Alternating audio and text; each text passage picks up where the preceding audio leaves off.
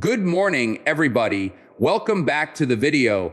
Hope you're doing great wherever you're watching from. It's August 9th, 2026, and today we're talking about how the US military just shattered Iran's blockade on the Strait of Hormuz. And the details coming out right now are honestly wild. For months, Iran has been trying to choke the most important choke point on the planet. And over the last 72 hours, that entire strategy has basically collapsed in front of everybody's eyes. We're going to break down exactly how this happened, what CENTCOM has been doing behind the scenes, why Iran is suddenly racing to the negotiating table with Oman, and what this means for oil prices, for the war, and for Iran's regime itself. And then we're going to get into the hardware, the mind-clearing operations, the small boat swarm tactics Iran tried to use and why none of it worked. Then we'll head into the global roundup section because there's a lot happening with the Houthis in the Red Sea that connects directly back to this story. And then we'll close out with the 4D chess strategic analysis because there's a bigger picture here that most people are not talking about. So stick around for that. Let's start with where things actually stand right now. Back in mid-June, the US and Iran signed a memorandum of understanding. Trump and Iranian President Pezeshkian put pen into paper on an agreement that declared the removal of the naval blockade, with Iran promising safe passage for commercial vessels through the strait for 60 days, no charge, while the future administration of Hormuz would get sorted out later with Oman and the other Gulf states at the table. For about a month, that actually held markets calm down, oil prices eased. Everybody exhaled a little bit, and then like clockwork, Iran started testing the edges of that deal. And by mid-July, the whole thing fell apart. Iran resumed attacks on commercial vessels. Multiple Arab states got hit, and the United States, not wasting a single second, reimposed the blockade. Since that blockade went back into effect, CENTCOM has been putting out numbers every single day, and the numbers tell the real story here. As of the most recent count, US Naval Forces have redirected 49 commercial vessels attempting to move in or out of Iranian ports. They've disabled 2 vessels outright. They've boarded 2 more, including that Kimura's flag tanker, the MT Charminar, which got boarded back on July 25th and has basically become the poster child for what happens when you try to sneak product through this blockade. Only 8 ships crossed the strait on one recent Tuesday. Only 29 ships crossed in an entire week. Compare that to the roughly quarter of the world's oil and a fifth of the world's liquefied natural gas that used to move through Hormuz before any of this started, and you start to understand just how completely the United States has strangled Iran's ability to move anything through that waterway. And here's the thing that Iran did not expect. They thought the blockade was going to be their leverage. They thought closing Hormuz, or at least making it too dangerous to use, was going to be the thing that forced Washington back to the table on their terms. Instead, it's the exact opposite. Iran's own economy is the one getting strangled. Every single day this blockade continues, Iran is losing what US officials estimated around 500 million every single day in lost oil revenue. Think about that number for a second. $500 million a day just evaporating because the regime picked a fight it could not and actually win at sea. And remember, this is a regime that's already dealing with a leadership vacuum after the strikes back in the spring, dealing with the economy that's been hammered by sanctions for years, and now dealing with a naval blockade that's basically bleeding them dry in real time. So it's no surprise that over the last week, we've seen a complete reversal in Iran's posture. Suddenly, Tehran is not talking about closing Hormuz forever. Suddenly, Tehran is sending negotiators to sit down with Oman and hash out a joint mechanism to manage the strait going forward. Iran's deputy foreign minister came out and said publicly that Iran and Oman are close to finalizing a proposed framework for commercial shipping through Hormuz. And President Trump, who has been saying for weeks that this thing would get resolved one way or another, came out on August 4th and said a deal could come as early as the next day. Reports out of Cairo and out of Qatari officials say drafts of a potential agreement are already circulating and are, in their words, in very progressive stages. Now, here's where it gets interesting, because even while all of this diplomatic movement was happening, you had hardliners inside Iran's military still trying to posture like they've got leverage. Mosenraz, who's a senior military advisor to Iran's supreme leader, went on Iranian state television and said Iran will not stand idly by and allow the naval blockade to continue. He said Iran will not allow any shipping route through Hormuz other than what he called Iran's own route. And then he said something that should tell you everything you need to know about how desperate this posture actually is. He said, if the United States brings warships into what he called the illegal route through the strait, Iran will target them. That's a direct threat against the United States Navy, coming from a guy whose own country's mine-laying fleet has already been sent to the bottom of the Persian Gulf. It's like watching somebody whose entire boxing team just got knocked out cold, still standing in the corner yelling that they're going to win the next round. At some point, you have to actually look at the scoreboard. So let's actually look at the scoreboard, because this is where the real story is. And this is the part that I think most people watching the headlines are missing. Go back to earlier this year. Iran's entire strategy for holding Hormuz hostage was built around small, fast boats, dozens of them, using them to lay sea mines throughout the strait. This is actually a smart tactic on paper. You don't need a navy to threaten the world's most important waterway. You just need cheap boats, some mines, and the willingness to use them. It's asymmetric warfare 101. Mine laying is a lot easier than mine sweeping. You can literally push these things off the back of a speedboat with almost no training required. And for a while, it worked. It absolutely tanked shipping traffic. Insurance costs for tankers going through Hormuz spiked. Companies started rerouting entire fleets around the Cape of Good Hope just to avoid the strait altogether, adding weeks to shipping times and driving up costs on everything from gasoline to basic consumer goods. But then the United States Navy did exactly what you'd expect a superpower to do when somebody threatens the global economy with a fleet of speedboats. They found them and they sank them. CENTCOM confirmed striking 16 Iranian mine-laying vessels in an initial wave of attacks near the strait. And President Trump, never one to undersell a win, posted that all 28 of Iran's mine dropper boats were sitting at the bottom of the sea. Whether the number was exactly 28 or not, independent verification on that specific figure was always going to be tough. But what wasn't in dispute is that Iran's ability to actively lay new mines got gutted almost overnight. And then Trump gave the order that really changed the calculus going forward.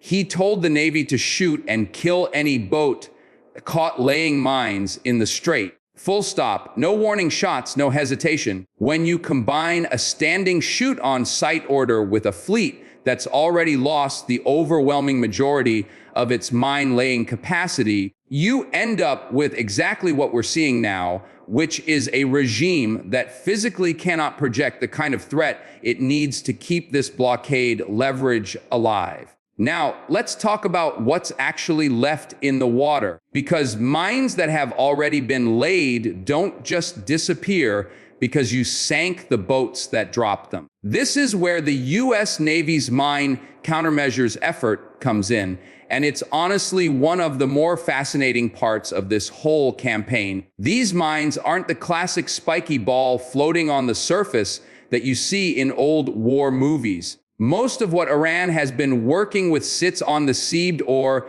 gets moored to it by a cable floating just under the surface. and they can be triggered either by a change in water pressure when a ship passes overhead or by picking up the acoustic signature of an engine. Finding something like that is slow, it's methodical, and it's genuinely dangerous work. It involves two phases. First, you've got mine hunting, which uses high-resolution sonar to actually locate individual mines on or near the seabed. Then you've got mine sweeping, which uses mechanical or magnetic systems to trigger the mines safely from a distance rather than running into them. The Navy actually had decommissioned a lot of its dedicated mine sweeping vessels in recent years, which sounds like a problem, except the Navy adapted by leaning on literal combat ships equipped for mine warfare, along with towed sonar arrays and AI-powered target recognition systems that can process sonar returns and flag likely mine contacts far faster than a human operator scanning a screen could ever do it alone. That's the real story of naval warfare in 2026. It's not just steel and gunpowder anymore. It's algorithms sorting through sonar noise to find a 2,000-oble explosive sitting on a seabed in the dark.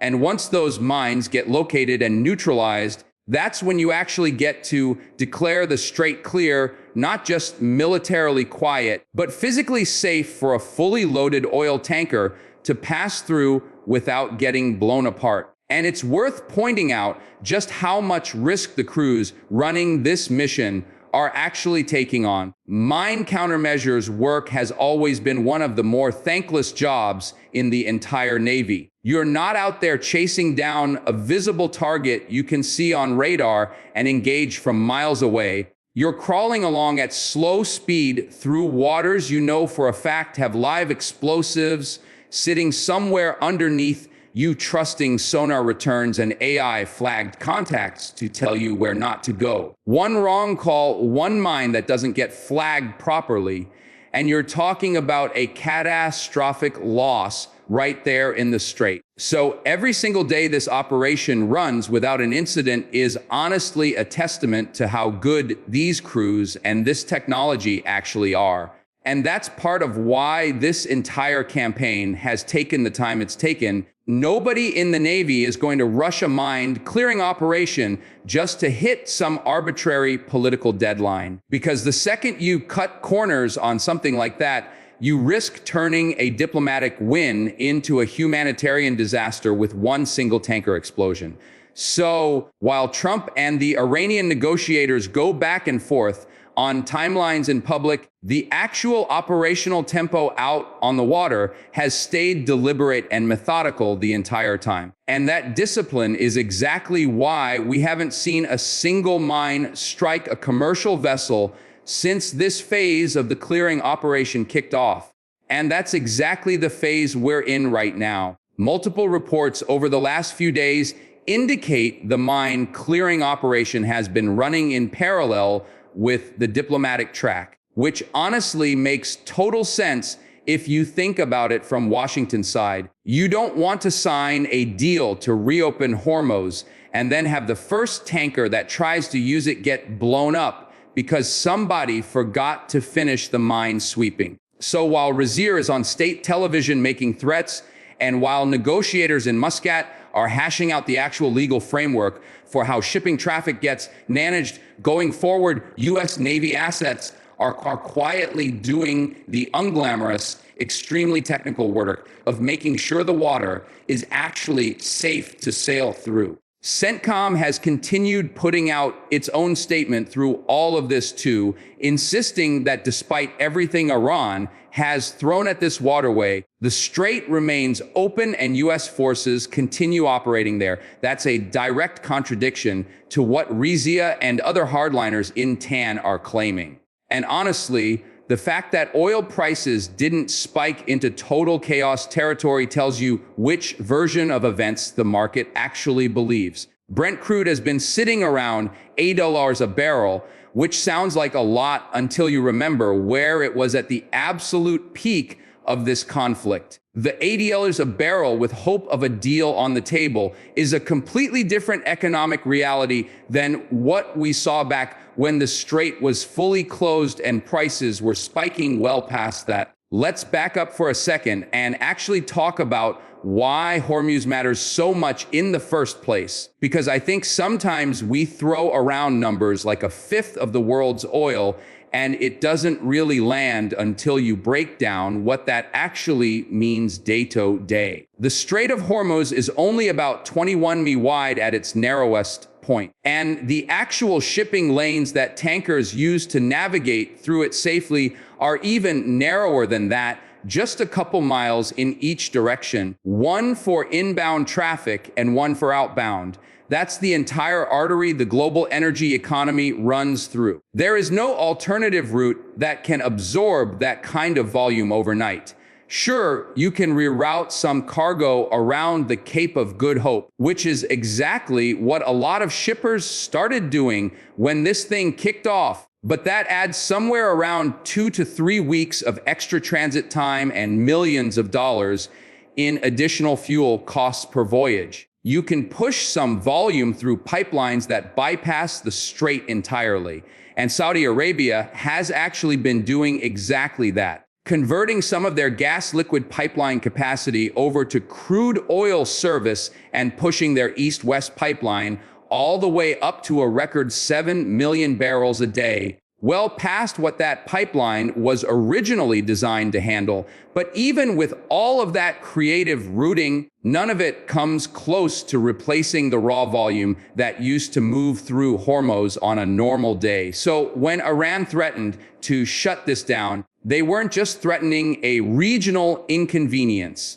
They were threatening to put a chokehold directly on the global economy. And that's exactly why the response from Washington had to be this aggressive. You cannot let a regional power hold that kind of leverage over the entire planet's energy supply and just let it sit there unanswered. And that's really the context you need to understand what happened next. Because everything the US did in response, sinking the mine-laying fleet, issuing the Chute on-site order, running the mine countermeasures campaign, reimposing the blockade on Iran's own ports as counter-leverage. All of it was built around one single objective, which was making the cost of keeping Hormuz closed so unbearably high for Iran that they'd have no choice but to come back to the table. And when you look at the sequence of events over these last several months, that's basically exactly what happened.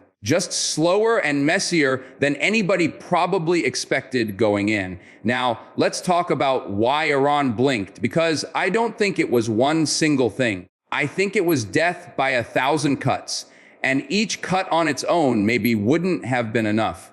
But stacked together, they broke the strategy completely. First, you've got the military cut, which is the loss of the mine-laying fleet and the standing chute on-site order that makes rebuilding that fleet essentially a suicide mission for any crew that tries it. Second, you've got the economic cut, that 500 million a day bleed that doesn't care about ideology, doesn't care about revolutionary rhetoric. It just keeps draining the treasury every single day. The blockade stays in effect. Third, you've got the diplomatic cut, which is Oman stepping in as basically the only credible broker both sides still trust enough to sit across the table from. Oman has quietly been the adult in the room this entire war, hosting talks, carrying messages back and forth. And at this point, their credibility as a neutral party is probably one of the more valuable assets in the entire region. And fourth, you've got the regional cut, which is the fact that Iran's own neighbors, the same Gulf states that are supposed to be part of this future administration of the Strait, are furious about the economic damage this has caused, and Iran cannot afford to alienate every single country around it. At the same time, it's trying to survive a war with the United States. So when you add all of that up, the blockade that Iran built to be its trump card, no pun intended, turned into the exact mechanism that forced them back to the table weaker than when they started. That's the real headline here. It's not just that the US military shattered the physical blockade, sinking the boats and clearing the mines. It's that the entire strategic bet Iran made, the idea that they could hold global energy markets hostage and use that as leverage against a superpower, has now completely failed. And everybody watching, especially other actors around the world who might be considering similar asymmetric tactics against the US or its allies, just got a very expensive lesson in what happens when you try that. All right, let's get into the global roundup section because there's a lot connected to the story happening right now in the Red Sea. So while all of this has been playing out in Hormuz, the conflict has actually widened to include the Bab el-Mandeb Strait, which is the other massive choke point down at the base of the Red Sea. Iran-backed Houthi rebels in Yemen have been threatening to disrupt shipping through that corridor too. And this creates an especially painful problem for Saudi Arabia specifically. Here's why. When Hormuz got choked off, Saudi Arabia had to reroute a huge amount of its oil exports through the Red Sea instead, using Bab el-Mandeb as basically their emergency backup route to keep crude flowing to global markets. And now the Houthis are going after that route too. In July, the Houthis announced they were closing Bab el-Mandeb entirely to Saudi-linked shipping. And just this week, they've escalated even further. On Wednesday, the Houthis claimed they fired ballistic missiles at a Saudi oil tanker called the Wafa, targeting it off the Saudi port city of Yanu in the northern Red Sea. A Houthi military spokesman put out a pre-recorded statement claiming responsibility, though no hard evidence was provided, and there was no immediate confirmation from Saudi Arabia. Around the same time, UK maritime trade operations reported a separate incident, a loud explosion near a tanker roughly 95 nautical miles southeast of Aden, Yemen. Crew members were all accounted for, no environmental damage reported, but it's still unclear if that's the same vessel the Houthis were claiming credit for. And just the day before all of that, Indian authorities confirmed that an Indian-flagged vessel had actually been struck and sunk by a projectile off the coast of Yemen. So you're looking at a pattern here of escalating attacks, specifically targeting the one alternative route Saudi Arabia was counting on to keep exporting oil while Hormuz stayed shut down. Industry analysts have pointed out that this sharp decline in Red Sea export capacity removes basically one of the last remaining options the kingdom had to keep barrels moving. Some vessels have reportedly tried to sneak through anyway by turning off their tracking transponders, which tells you how desperate shippers have gotten to avoid getting caught in the crossfire of two separate blockade situations happening at the same time on two different waterways. And this is where I think people miss the bigger connection. It's not a coincidence that Houthi attacks in the Red Sea escalated at the exact moment Hormuz negotiations started moving toward a resolution. If you're Iran and your primary leverage point at Hormuz is collapsing because your mine-laying fleet got sunk and your economy is bleeding $500 million a day, what do? You lean harder on your other proxy, which in this case is the Houthis, and you try to open up a second front that keeps pressure on the exact same economic target, which is Gulf oil exports, just through a different waterway. Or you don't have to risk your own navy directly. It's the same playbook we've talked about before with Iran's broader strategy in this war. When the direct fight isn't working, you shift the pressure to proxies. You shift the geography. You try to make the overall cost of doing business in the region so painful that anybody decides it's not worth it anymore. The problem for Iran is that this tactic requires the proxy network to actually hold together and actually deliver results. And the Houthis attacking an already diminished flow of Saudi exports through the Red Sea is not the same kind of leverage as choking off a quarter of the world's oil supply through Hormuz. It's a consolation prize dressed up as a strategy. There's also a coalition angle here that's worth mentioning because Saudi Arabia isn't just sitting back and absorbing these hits without a response. Patriot missile batteries positioned along the Saudi coast, some of them reportedly crewed by allied personnel from partner nations helping backstop Gulf air defense, have been intercepting inbound ballistic missiles and drones on a near weekly basis.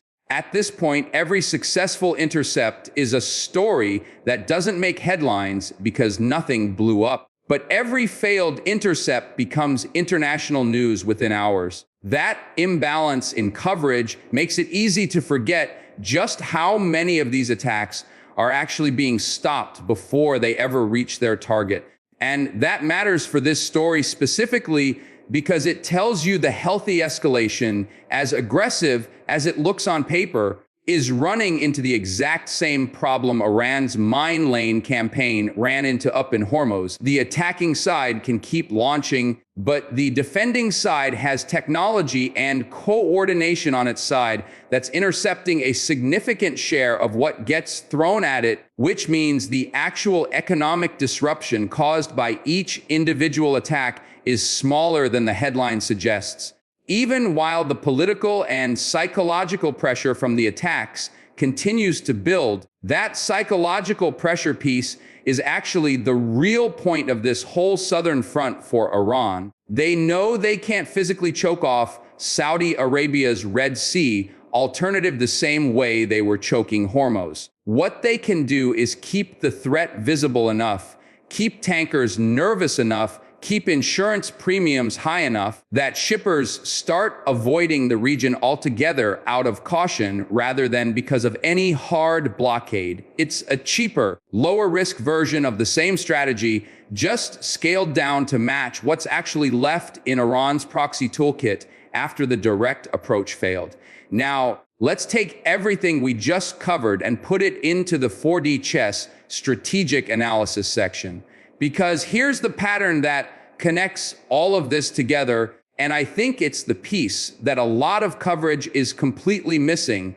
Iran built its entire wartime strategy around choke points. Hormuz first because it was the biggest lever available, the one that could genuinely rattle the global economy and force a superpower to negotiate on Iran's terms. When that started to fail, because the United States systematically dismantled the mine-laying capability and backed it with a shoot-on-sight order, Iran didn't abandon the choke point strategy entirely. It just shifted the weight of that strategy onto a second choke point further south, using a proxy force instead of its own navy to keep the pressure on. That's not random escalation. That's a regime working through its list of available levers one at a time as each previous lever gets taken away. And here's the honest assessment of where that leaves them.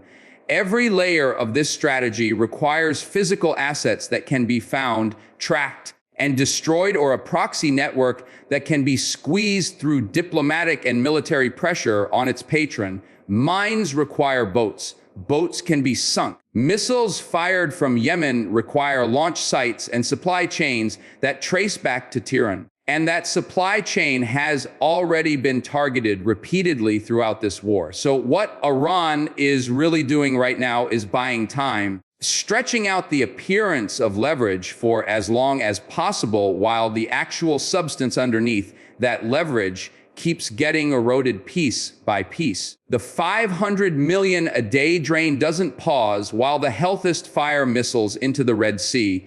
It just keeps compounding. And the moment Oman and Iran actually finalize this joint mechanism for Hormuz, which by every account is close, Iran loses its single biggest bargaining chip in this entire war. And it will be left negotiating from a Red Sea proxy position that's fundamentally weaker than the position it just gave up. There's also a broader signal here for anyone else in the world watching how this played out, Because asymmetric blockade strategies against choke points have always been treated as this great equalizer. The idea that a country without a real navy can still hold global trade hostage with cheap assets and disposable tactics. What just happened in Hormuz is basically a real time case study in the limits of that idea, when the country on the other end has the intelligence capability to locate every single asset involved, the firepower to remove them without hesitation,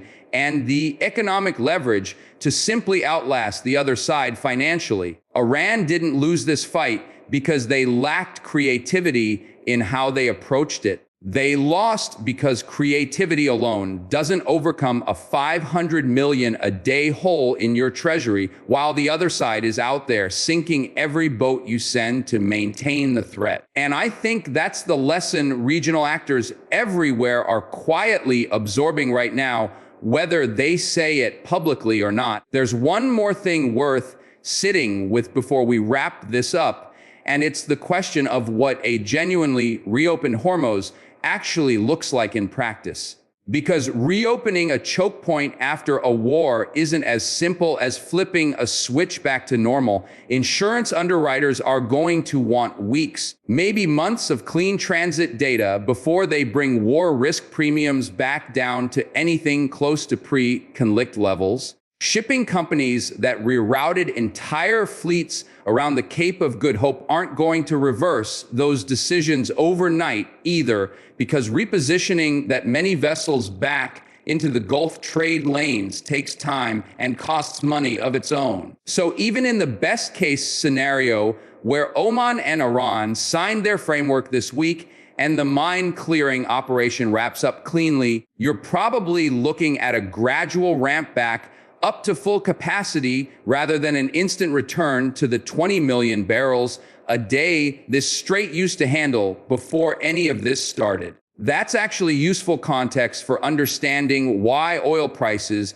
haven't already crashed back down to pre-war levels, even with all this positive momentum. The market isn't just pricing in whether a deal gets signed, it's pricing in how long it actually takes for normal shipping behavior to return once that deal is real.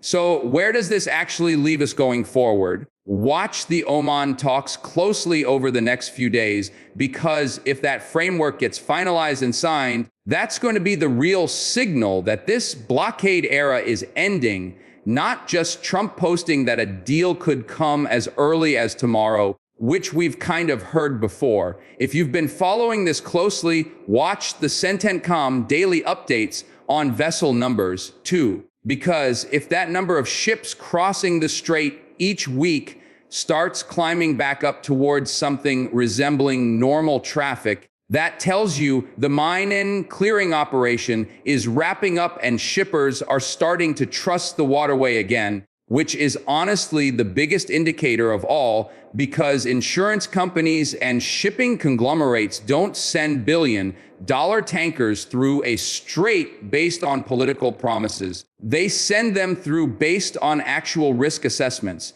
And keep an eye on the Red Sea too. Because if the Houthis keep escalating there, even as Hormuz calms down, that tells you Iran is fully pivoting its remaining leverage south. And that's going to be the next chapter of this story worth watching closely.